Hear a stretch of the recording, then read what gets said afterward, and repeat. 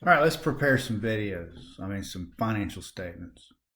I've been doing these videos since 8 o'clock this morning, and it's about 10. I wanted to get module 1 knocked out today, but I had no idea it was going to take this long. Exercise 3-14. In the prior video, we looked at the adjusted trial balance, and this time we're going to prepare the income statement. So we did this in chapter 2, so I'm not going to go into as much detail as I did in chapter 2 because everything's the same, even though this is after adjusting entries, okay, using the adjusted trial balance. However, service revenue, wage expense, 20,000 revenue minus all these expenses, this is the income statement. Service revenue 20, and then we got 7,500, 500, 1,800, 200, 1,300, 2,000. Same thing here. All right. So literally, now. Oh, by the way, this is not a. You know what? I want to write this down. So important. So important. I wish I had thought of it earlier. Oh, goodness. You know what? I don't even want to write it down. This is not a debit, and this is not a credit. You know, you're coming off of this form, and it looks like this is a credit and this is a debit when we get on the balance sheet. There are no debits and credits. I could literally do this if I wanted to. I don't think it looks good, but I could do this and just subtract all the expenses straight from revenue and still end up with net income. So it doesn't matter. I had it on 2 columns, and it wasn't because it was a debit and it wasn't because it was a credit column. I just did it because, frankly, it looks neater. Yeah. So what it is we add up all the expenses and put one number here, 13.3, and then it's just a matter of subtracting that one number for all the expenses from 20,000, and it just makes it look neater and simpler and easier to read because this is a total of all the expenses. There's a line there, and you put 13,300 for the total for this total right here, 20,000 minus 13.3.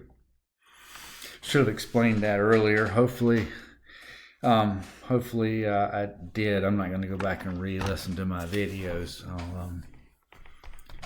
I think it'll be okay. Anyway, thinking out loud. So the income statement is here, and after basically what you've done, if you've eliminated this, now you just have net income technically, right?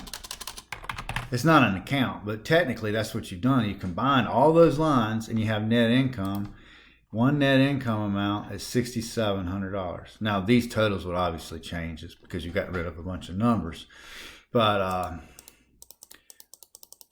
what I'm saying is we've got to roll up revenue and expenses and dividends onto the retained earnings statement that'll eventually show up on the balance sheet.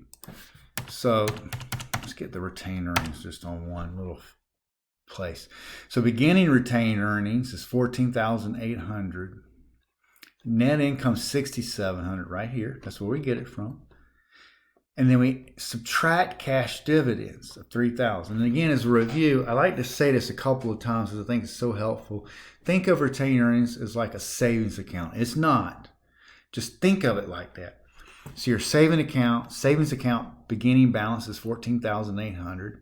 You make a deposit. I know it's net income, but go with the thought here, 6,700. And then later on, you want to get some of your money out, a dividend, a cash dividend, 3,000.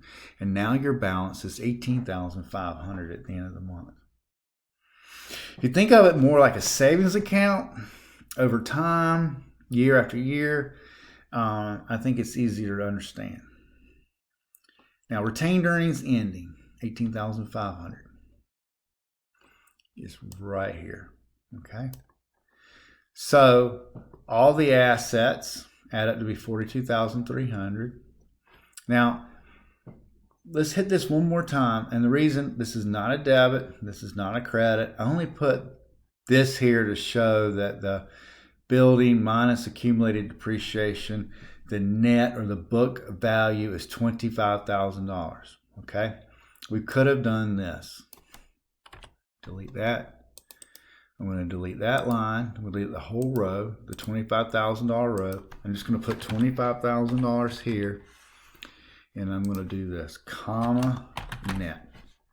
We could have done that, and we'll get the extra zero here. We could have done that. It's not how I want to do it. It's not how our book does it for us at this moment, but some companies will do that. They'll show buildings, comma, net, and we know that it's the historical cost minus accumulated depreciation, and the $25,000 is net. Now that means they would have a note. They should have notes anyway, but they will definitely have notes in there after their financial statements that spells out the building was bought for this, the accumulated depreciation is this, okay? But we're going to do it the way I just showed you. All right? And I think you can just agree that it says so much more and it's more informative and easier to read. So 14,000 minus 15,000 is 25,000. That's the book value. That's what the $25,000 is called. The book value of the buildings is $25,000. Add up all these assets and you get $42,300. Here's your liabilities. They add up to be $13,800. Here's your equity, common stock, or I, and DIRE, D-I-R-E. And the retained earnings has the D and the R and the E in it. It has dividends, revenue, and expenses in that number, $18,500. So this is equity. And again, DIRE is what makes equity increase or decrease. The components of DIRE, dividends, investments, revenue, and expenses.